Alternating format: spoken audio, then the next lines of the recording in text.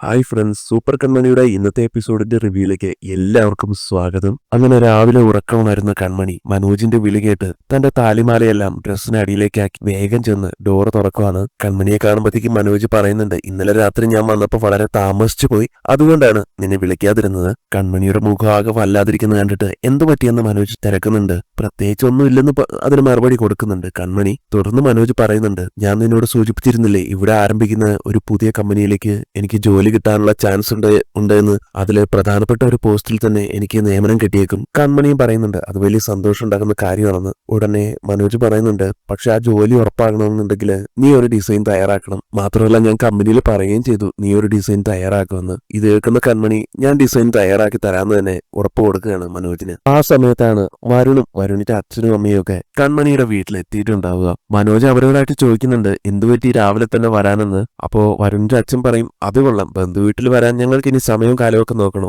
വരുണിന്റെ അമ്മ പറയും, ഞങ്ങൾക്ക് മോളെ ഒന്ന് കാണണമെന്ന് തോന്നി, ഒരു സമ്മാനം കൊടുക്കണമെന്ന് തോന്നി വന്നു, അത്രേ ഉള്ളൂ എന്ന്. ശ്രീനിവാസൻ വരുണിനോട് ചോദിക്കുന്നുണ്ട് എന്താ ഒന്നും മിണ്ടാത്തെന്ന്. ഒന്നുമില്ലെന്ന് അതിന് മറുപടി കൊടുക്കുന്നു വരുൺ. തുടർന്ന് വരുണിന്റെ അച്ഛൻ പറയുന്നുണ്ട്, ഇനി അധികം സസ്പെൻസ് ഇടുന്നില്ല, രണ്ട് കാര്യങ്ങൾക്കായിട്ടാണ് ഞങ്ങൾ ഇങ്ങോട്ട് വന്നത്. വിവാഹ നിശ്ചയം കഴിഞ്ഞ സ്ഥിതിക്ക് ഇനി ഞങ്ങൾ പറഞ്ഞൊരു കാര്യം നടത്താനായിട്ടാണ് വന്നിരിക്കുന്നത്. ശേഷം കൺമണിയെ വരുണിന്റെ അമ്മ വളരെ സ്നേഹത്തോടെ അടുത്തേക്ക് വിളിക്കുന്നുണ്ട്. എന്നിട്ട് വരുണിന്റെ അച്ഛനും അമ്മയും കൂടെ തങ്ങൾ കൊണ്ടുവന്നിരിക്കുന്ന ആ ഓർണമെന്റ്സ് മുഴുവൻ കൺമണിക്കായിട്ട് കൊടുക്കാൻ നിൽക്കുകയാണ്. ഇത് ഞങ്ങൾ നിനക്കായി തരുന്ന സമ്മാനമാണ് മോളെ, നീ ഇത് വാങ്ങാനും പറയുന്നു. 101 പവന്റെ ആഭരണങ്ങൾ. അത് കേൾക്കുന്നതും ധനലക്ഷ്മിയുടെ കണ്ണ് തള്ളുകയാണ്. ഉടനെ കൺമണി പറയുന്നുണ്ട്, അയ്യോ ഇതൊന്നും എനിക്ക് വേണ്ട, ശരിയാവില്ല. നിശ്ചയത്തിന് മുമ്പേ ഞങ്ങൾ ഇത് പറഞ്ഞതല്ലേ മോളെ, ഇത് വാങ്ങാതിരിക്കരുത്, ഒരു ഔദാര്യമായിട്ട് കാണരുത്, ഞങ്ങളുടെ ഒരു ആഗ്രഹമാണിത്, എതിർപ്പ് പറയരുതെന്നും വരുണിന്റെ അച്ഛൻ പറയുമ്പോ ധനലക്ഷ്മിയാണെങ്കിലും കൺമണിയെ നിർബന്ധിക്കുന്നുണ്ട്. അവര് സ്നേഹത്തോടെ തരുന്നതല്ലേ മോളെ, നീ വേണ്ടെന്ന് പറയരുത്, വാങ്ങിക്കുക എന്ന് പറഞ്ഞ് കൺമണിയുടെ കയ്യിൽ പിടിപ്പിക്കുകയാണ് ആ സ്വർണ്ണാഭരണങ്ങൾ. ശ്രീനിവാസൻ പറയുന്നുണ്ട്, ഇതിപ്പോ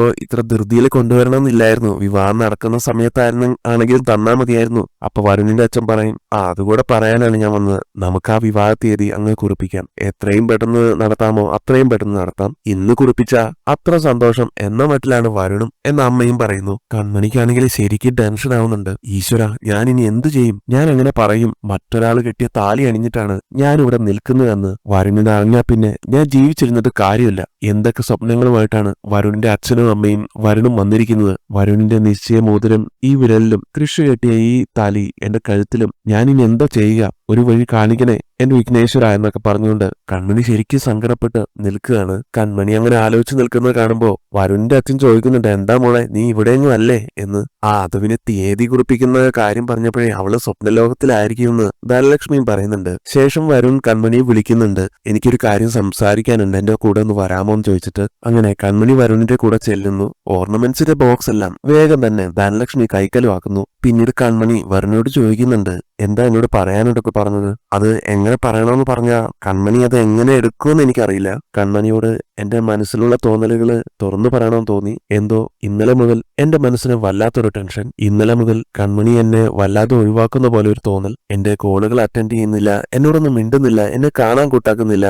എനിക്കറിയാം ഇതെന്റെ തോന്നലുകൾ മാത്രമായിരിക്കാം, പക്ഷെ എനിക്കെന്തോ അത് സഹിക്കാൻ പറ്റുന്നില്ല. ഇതൊക്കെ കേൾക്കുന്ന കൺമണി, അയ്യോ ഞാൻ അങ്ങനെയൊന്നും വിചാരിച്ചില്ല, എനിക്ക് കുറച്ച് ജോലി തിരക്കുകള് എന്ന് പറഞ്ഞു വരുമ്പോഴത്തേക്കും എനിക്കറിയാം എനിക്ക് കൺമണിയുടെ ഏത് സാഹചര്യവും മനസ്സിലാക്കാൻ സാധിക്കും, പക്ഷേ ഈ അകൽച്ച അത് താങ്ങാൻ കഴിയില്ല കേട്ടോ. എനിക്കിനി എന്റെ കൺമണിയെ അധികം നാൾ കാത്തിരിക്കാൻ പറ്റില്ല. കൺമണിയെ എത്രയും വേഗം എന്റെ സ്വന്തമാകണമെന്നാണ് ആഗ്രഹം. അതുകൊണ്ടാ രാവിലെ തന്നെ അച്ഛനെയും അമ്മയും കൂട്ടി വന്നത്. ഉടനെ നമ്മുടെ വിവാഹം നടക്കണം, അടുത്ത നല്ല മുഹൂർത്തം കുറിച്ച് തീയതി നിശ്ചയിക്കാൻ ഞാൻ പറഞ്ഞിട്ടുണ്ട്, കേട്ടില്ലേ. ഇതെല്ലാം കേൾക്കുന്ന കൺമണി, അത് പിന്നെ ഇത്ര പെട്ടെന്ന് വേണോ എന്ന് ചോദിക്കുമ്പോ, അയ്യോ പേടിക്കണ്ട, നാളെയൊന്നുമല്ല, 1-2 മാസം കഴിഞ്ഞു മതി, അത് കുറച്ച് കൂടുതലാണ്, എങ്കിലും ഞാനത് സഹിക്കും, അത് കഴിഞ്ഞ് പോരുത്. കൺമണി അപ്പൊ പറയും, അത് പിന്നെ ഞാൻ എങ്ങനെയാ തയ്യാറാവാൻ കുറച്ചും കൂടെ സമയം വേണ്ടേ എന്നൊക്കെ വീണ്ടും പറയുമ്പോ, അതിന് സമയമുണ്ടല്ലോ, എനിക്കിനിയും വൈകിയാ ചിലപ്പോ ഭ്രാന്ത് പിടിക്കും. കൺമണിയോടുള്ള ഇഷ്ടം കൂടുമ്പോ പിടിക്കുന്ന ഭ്രാന്ത്. പിന്നെ ഇനി ഞാൻ വരാം, ഓഫീസിലേക്ക് കൊണ്ടുവിടാനും വിളിക്കാനും ഒക്കെ അത്രയും സമയം എനിക്ക് എന്റെ കൺമണിക്കൊപ്പം കിട്ടുമല്ലോ. ഇനി സ്വപ്നം കാണാൻ തുടങ്ങിക്കോ, നമ്മൾ രണ്ടുപേരും ഒരുമിക്കുന്ന ആ മനോഹര സ്വപ്നം. എന്താ ഓക്കെ അല്ലേ? കൺമണിയാണെങ്കിലും അതിന് തലകുലുക്കുന്നുണ്ട്. അത് കാണുമ്പോഴത്തേക്കും വരുണിന് ഒത്തിരി സന്തോഷമാവുന്നുണ്ട്. വരുൺ അവിടുന്ന് മാറുന്നതും കൺമണി വീണ്ടും സ്വന്തം താലി ആ കയ്യിൽ പിടിച്ചുകൊണ്ട്, ഞാൻ എന്താ ഇനി ചെയ്യുക, എന്തൊരു വിധിയാ എന്റെ എന്നൊക്കെ മനസ്സിൽ പറഞ്ഞുകൊണ്ട് വിഷമിച്ച് നിൽക്കുകയാണ്. അങ്ങനെ വരുണിന്റെ അച്ഛനും അമ്മയും അവിടുന്ന് യാത്ര പറഞ്ഞ് സന്തോഷത്തോടു കൂടി അവിടുന്ന് ഇറങ്ങാൻ തുടങ്ങുകയാണ്. വരുണിനോട് വരുന്നില്ലെന്ന് ചോദിക്കുമ്പോൾ വരുൺ പറയുന്നുണ്ട്, ഞാൻ കൺമണി ഓഫീസിലോട്ട് വിട്ടിട്ട് വരാമെന്ന്. അപ്പോ സമയം പോലെ നിങ്ങൾ അങ്ങോട്ടൊന്ന് ഇറങ്ങുമെന്ന് പറഞ്ഞ് വരുണിന്റെ അച്ഛനും അമ്മയും അവിടുന്ന് ഇറങ്ങുകയാണ്. വരുണാണെങ്കിലും അവരുടെ കൂടെ പോകുന്നുണ്ട്. ധനലക്ഷ്മി ആണെങ്കിൽ വരുണിന്റെ വീട്ടുകാർ തന്നിട്ട് പോയ ആ സ്വർണ്ണാഭരണങ്ങളെല്ലാം ഇങ്ങനെ നിരത്തി വെച്ചിട്ട് കൺകുളിർക്കെ അത് തന്നെ നോക്കി നിൽക്കുകയാണ്. ഓ, എന്തോരം സ്വർണ്ണാഭരണങ്ങളാണ് എന്നൊക്കെ പറഞ്ഞു നിൽക്കുകയാണ്. ഈ സമയത്ത് മനോജ് വന്നിട്ട് ഈ സ്വർണ്ണാഭരണങ്ങളെല്ലാം ഈ വീട്ടിൽ സൂക്ഷിക്കുന്ന അത്ര സേഫ് അല്ല, നമുക്കൊരു കാര്യം ചെയ്യാം, ആഭരണങ്ങള് കൺമണിയുടെ പേരിൽ ഒരു ലോക്കർ എടുത്തിട്ട് അതിൽ വെക്കാം എന്ന് അഭിപ്രായപ്പെടുകയാണ്. എന്നാൽ ധനലക്ഷ്മിക്ക് അത് ഇഷ്ടപ്പെടുന്നില്ല. അതെന്തിനാ വെറുതെ, അവര് പറഞ്ഞ കണക്കാ നോക്കുകയാണെങ്കിൽ വിവാഹം ഉടനെ ഉണ്ടാവുമല്ലോ,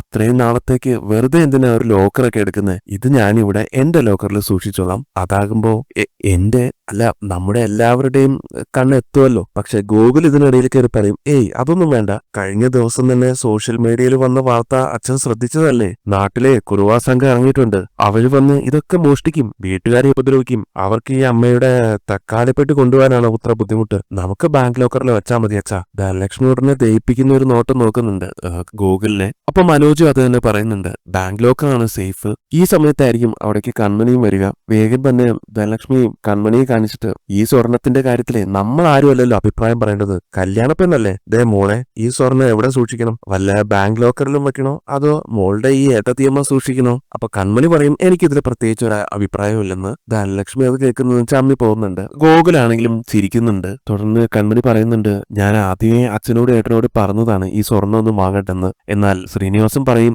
അത് നമ്മൾ ചോദിച്ചൊന്നല്ലല്ലോ മോളെ, മാത്രമല്ല പലവട്ടം വേണ്ടാന്ന് പറഞ്ഞതുമല്ലേ, എന്റെ മോൾക്ക് ഇതൊന്നും ഇഷ്ടമല്ലാന്ന് അച്ഛനറിയാം. മനോജ് പറയുന്നുണ്ട്, നിനക്ക് എന്തെങ്കിലും മനപ്രയാസം ഉണ്ടെങ്കിൽ ഏട്ടൻ എന്തെങ്കിലും കാര്യങ്ങൾ പറഞ്ഞ് ഏട്ടൻ ഇത് വരുണെ തന്നെ തിരിച്ചേൽപ്പിച്ചേക്കാം. പക്ഷെ ധനലക്ഷ്മി അതിനൊന്നും സമ്മതിക്കുന്നില്ല. ഇതിനിടയിൽ കയറി പറയുന്നുണ്ട്, അല്ലേ ഇതാ ഇപ്പൊ നന്നായത്, ആ പാവ അച്ഛനും അമ്മയും മരിച്ചുപോയ അവരുടെ മകളുടെ ഓർമ്മയ്ക്ക് വേണ്ടി സ്നേഹത്തോടെ കൊണ്ടുവന്ന സാധനങ്ങള് തിരിച്ചു കൊടുക്കുക എന്ന് പറഞ്ഞ അത് നെറുകേടല്ലേ, ഇതിപ്പോ എവിടെ സൂക്ഷിക്കണമെന്ന് മാത്രം എന്റെ മോള് പറഞ്ഞാൽ മതി. കൺമണി അത് കേട്ട് ഏട്ടത്തിക്കും നിങ്ങൾക്കും ഒക്കെ ഇഷ്ടമുള്ളത് എങ്ങനെയാണോ അതുപോലെ ചെയ്യാന്ന് മറുപടി കൊടുക്കുന്നുണ്ട്. എനിക്കിതിലെ പ്രത്യേകിച്ച് ഒരഭിപ്രായം ഇല്ലെന്നും പറയുന്നു. ധനലക്ഷ്മിക്ക് അത് കേട്ട് സന്തോഷമാവുന്നുണ്ട്. എന്തായാലും നിങ്ങളൊരു അഭിപ്രായം പറയുന്നവരെ ഇത് വഴിയിൽ കളയാനൊന്നും പറ്റില്ലല്ലോ, അതുകൊണ്ട് ഞാൻ തന്നെ ഇത് സൂക്ഷിച്ചോളാം എന്നും പറഞ്ഞുകൊണ്ട് അത് മുഴുവൻ തന്റെ കസ്റ്റഡിയിലേക്ക് വയ്ക്കാൻ ഒരുങ്ങുകയാണ് ധനലക്ഷ്മി. ഗോകുലാണെങ്കിൽ കൺമണിയുടെ പിന്നാലെ ചെന്നിട്ട്, അപ്പ എന്ത് ബുദ്ധിയായി കാണിച്ചത്, ബുദ്ധിയുള്ളവരാണെങ്കിൽ അത്രയും സ്വർണം അമ്മയുടെ കയ്യിൽ കൊടുക്കുവോ, അച്ഛൻ പറഞ്ഞതുപോലെ ചെയ്തുകൂടായിരുന്നോ എന്ന് കൺമണി ഗോകുലിനോട് പറയും. സ്വർണ്ണമൊന്നും